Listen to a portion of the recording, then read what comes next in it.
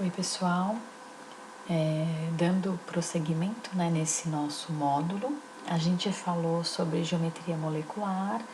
Eu iniciei o assunto explicando que a geometria ela ajuda a gente a compreender e a prever até algumas características das substâncias, em função do formato da molécula. E uma segunda propriedade bastante importante e que vai também contribuir para o entendimento, de algumas propriedades tais como solubilidade, pontos de fusão e ebulição, interações entre as moléculas.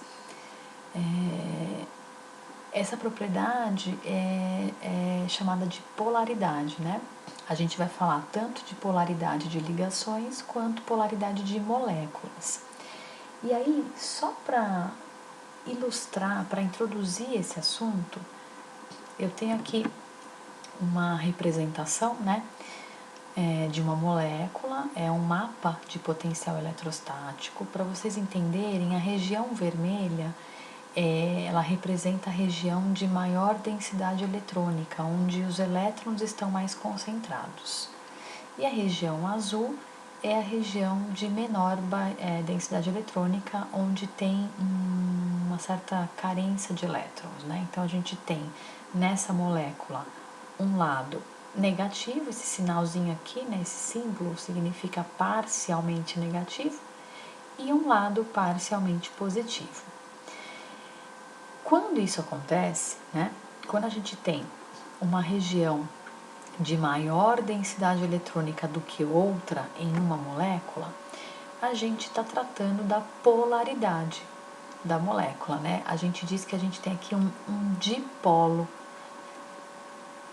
elétrico, Porque a gente tem uma região de maior densidade eletrônica e uma outra região de menor densidade eletrônica. E por que isso acontece?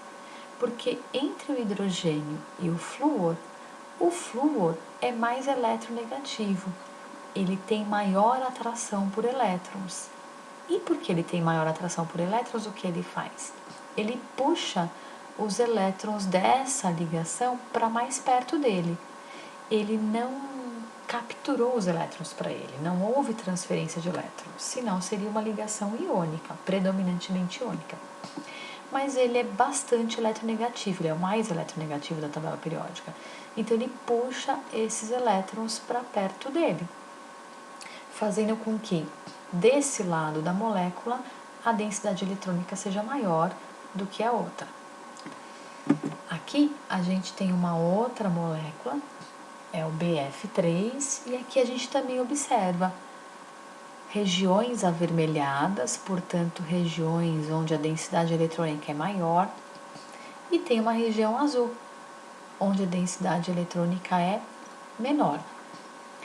Sempre que isso acontecer, a gente diz que existe ou existem na molécula dipolos, E esses dipolos é o que vão definir se a molécula é polar ou não, se a ligação é polar ou não. A gente vai falar com mais detalhes sobre isso daqui a pouquinho.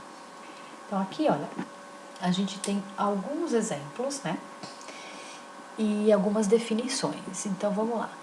Como aqui nessa molécula só existem 2 átomos de hidrogênio e, portanto, são 2 átomos iguais, não existe diferença de eletronegatividade. Esse símbolo aqui representa eletronegatividade. A gente falou disso alguns vídeos para trás, Então, como aqui os 2 átomos que estão ligados são iguais, não há diferença de eletronegatividade. Em outras palavras, não existe uma maior aproximação de elétrons ou de um lado ou do outro. Quando isso acontece, a gente chama essa ligação, obviamente ela é uma ligação covalente, porque a gente está vendo aqui que é um compartilhamento, de elétrons, mas é uma ligação covalente apolar. Não existe dipolo aqui, não existe uma deformação, não existe uma região de maior densidade eletrônica do que a outra. Se, no caso do HF que a gente falou agora há pouco, existe diferença de eletronegatividade, tá aqui, né? E bastante, inclusive.